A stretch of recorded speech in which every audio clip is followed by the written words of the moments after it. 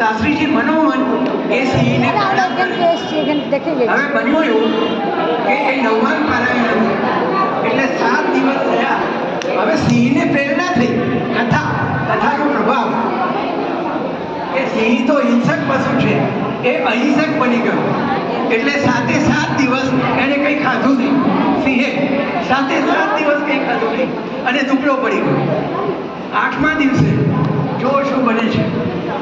8મા દિવસે સિંહ પાસે એટલી તાકાત ના રહી, એ તો હિંસક પશુ છે કે ઊભો થઈને કથા સાંભળવા આવ્યો.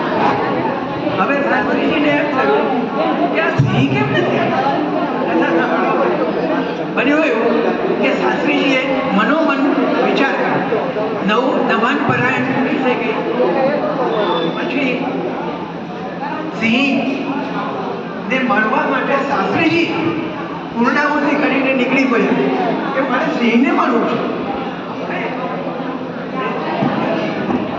મારે સિંહને મળવું છે. હવે બન્યું એવું કે આટલા દિવસમાં તો સિંહ 2 દિવસ નીકળ્યો નહીં બહાર, તો સિંહની ગુફા લઈને એની બહાર કરોડિયાએ જાડું પાથરી દીધું હતું. અને જાડું એટલે તમે જાણો છો શિકારીની જાળ જેવું દેખાય. તમે